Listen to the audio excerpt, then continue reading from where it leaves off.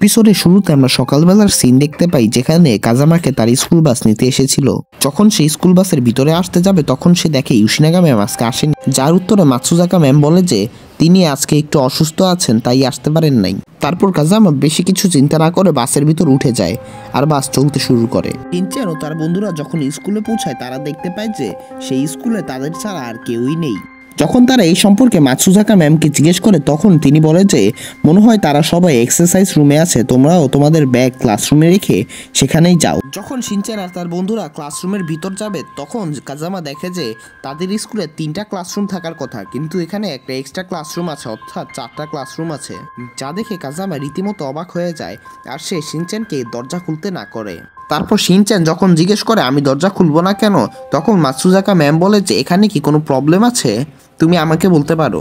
তারপর কাজামা বলতে শুরু করে যে আমাদের স্কুলে সবসময় 3টা ক্লাসরুম ছিল কিন্তু আজকে একটা এক্সট্রা ক্লাসরুম, যা দেখার পরে মাতসুজাকাও কিছুটা অবাক হয়ে যায়। কিন্তু হঠাৎ যখন শিনচান ক্লাসরুমের দরজা খোলার চেষ্টা করে তখন তাদের উপর একটা ঝাড়ু এসে পড়ে আর সেটা দেখে মাসাও কিছুটা ভয় পেয়ে।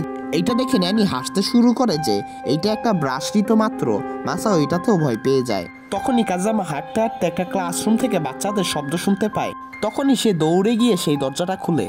কিন্তু যখন সে দরজাটা খুলে সে দেখতে পায় যে সেখানে তাকে ছাড়া আর কেউই নেই। আর এটা দেখার পরে কাজামা কিছুটা হলেও নিশ্চিত হয়ে যায় যে এখানে আজব কিছু আছে।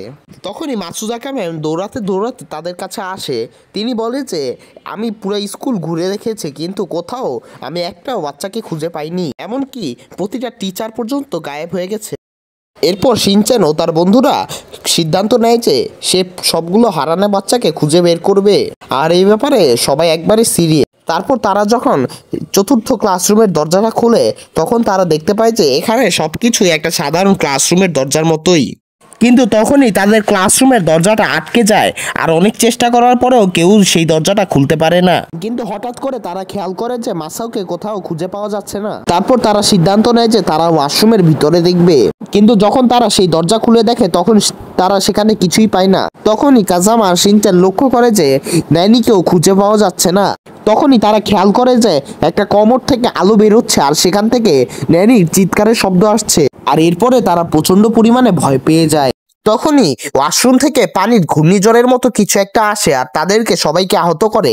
তখনই ছাদ থেকে পাথরের কতগুলো মূর্তি ভেসে আসে আর তারা যখন লক্ষ্য করে তখন দেখতে পায় যে স্কুলের প্রতিটা মানুষের মূর্তি। আর এটা দেখে কাজামা জ্ঞান হারিয়ে ফেলেছিল প্রায়।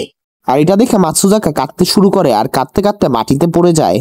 আর তখনই শিনচান দেখে যে সব দরজা বন্ধ হয়ে গিয়েছে। আর তখনই মাতসুজাকা কাজামাকে ধরে ফেলে আর তাকে বলে যে আমি তোমাকে মেরে ফেলবো। তারপরের দিন আমরা দেখতে পাই কাজামা ঘুমের মধ্যে ছটফট করছিল। তখনই কাজামার মা এসে তাকে ঘুম থেকে তুলে দেয় আর তাকে বলে যে তোমার এখন স্কুলে যাওয়ার সময় হয়েছে।